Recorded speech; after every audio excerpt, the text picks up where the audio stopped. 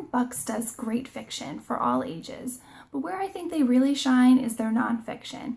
They make it engaging and fun in a lot of different ways. I'm going to start with flat books.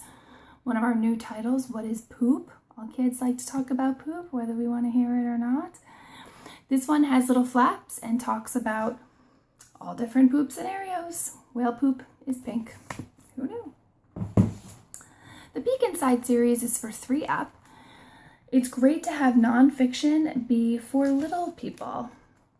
Teach them all about different things on a level that they can understand, and with the flaps, it makes it so fun. For the preschool set, the first questions and answers, How Do Flowers Grow? There's 3 books in this series now. I love this book. It teaches, while it's really interesting, fun to look at, this is a favorite of ours. The Look Inside series, again for our preschool set. This one is about the body. They have a whole bunch of different body books for different ages, but with the flaps on this one, it really lets you learn all about your body.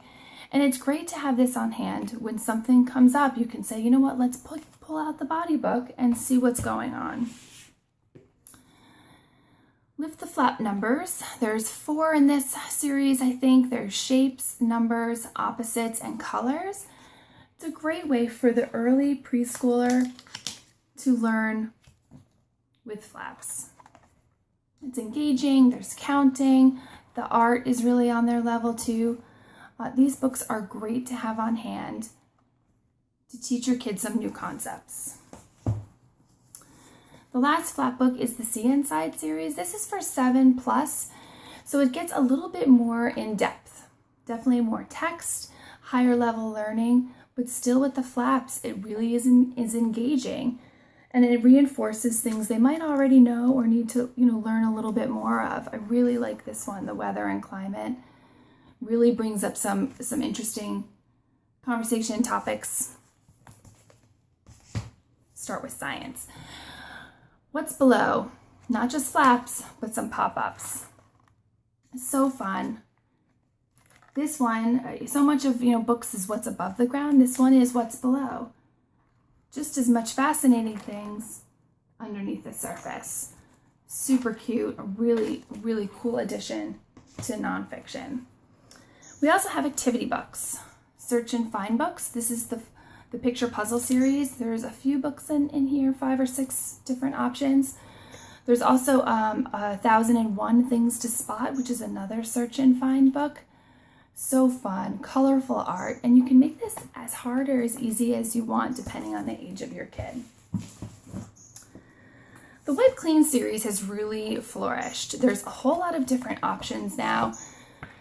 Writing, math, counting, alphabet, activity books.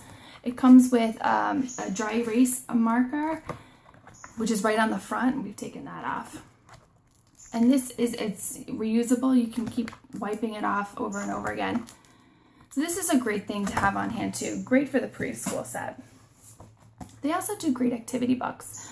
There's a lot of different activity books, millions different kinds of sticker books.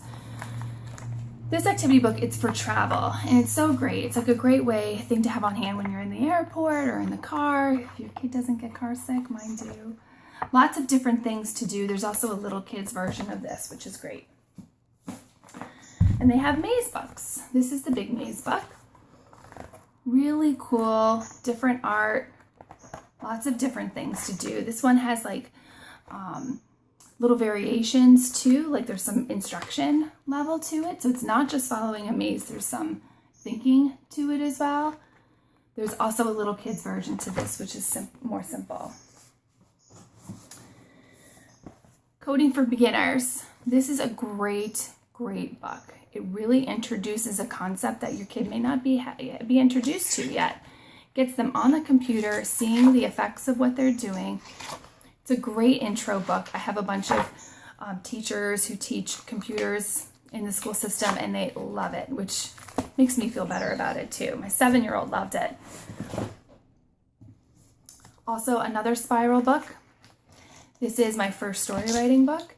This is for 7+. There's a couple more options that are 10+, But this is the intro, so it tells them, gives them story ideas, how to think of a story, how to be descriptive, how do you make sentences, select words, tie things together. It's really cool. For those books, I have my kids write on a piece of paper so that they can keep reusing it. There's spots to write in the book, but same thing with this one. A Year in My Life. I would say this is for 8+. It's almost like an intro diary. You know, there's one thing to do a day. It kind of prompts them what to write about, so it gives them some ideas, but it's a great way to express themselves and have a sort of a writing outlet, which may be just a blank diary they're not ready for yet.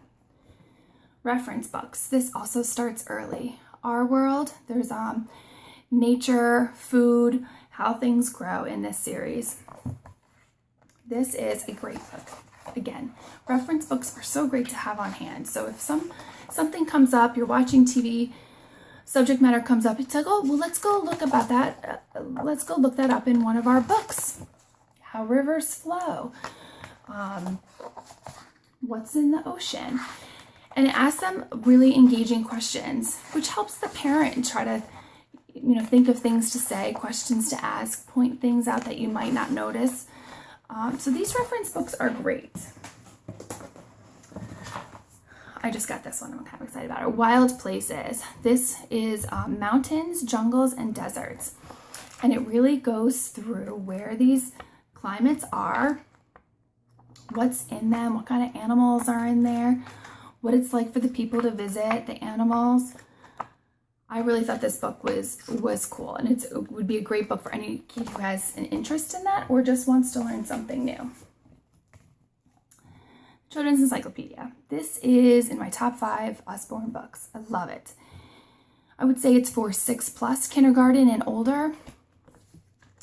Puts everything on kids level. The art and the text, makes it explainable.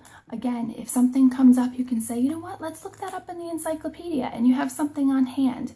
And it's not screen time, which is great. I mean, online is great for lots of things, but when you go to Wikipedia, it's not on kids' level. Now you're trying to read it and then, kind of bring it down for them. But here they can see the pictures. It's appropriate on their level.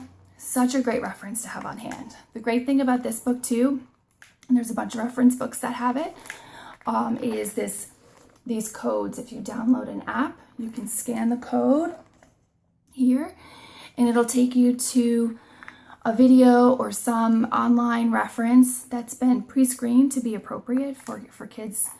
And so you can, have this on hand, but if you want to take it to the next level and go online, you can scan the code. It's sort of the best of both worlds. Another great reference book is the dictionary. Again, this is great to look up and have on hand. Yes, you can go online for everything, but it's screen time. It ends up getting distracting going to different things. And this sort of teaches your kid to look things up. If they don't know, well, let's look it up. And they can do that by themselves. Lastly, I'm going to show you the math set. There's 3 books. You can buy these individually too, but they do come in a set. 6+, 8+, 12+. It goes through math concepts.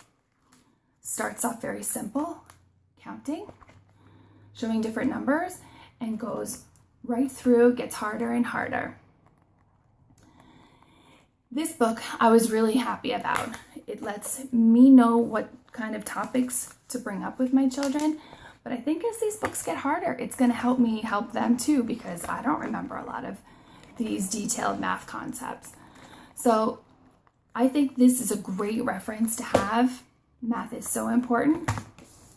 And then this is the older one. So it just gets harder and harder, as math does.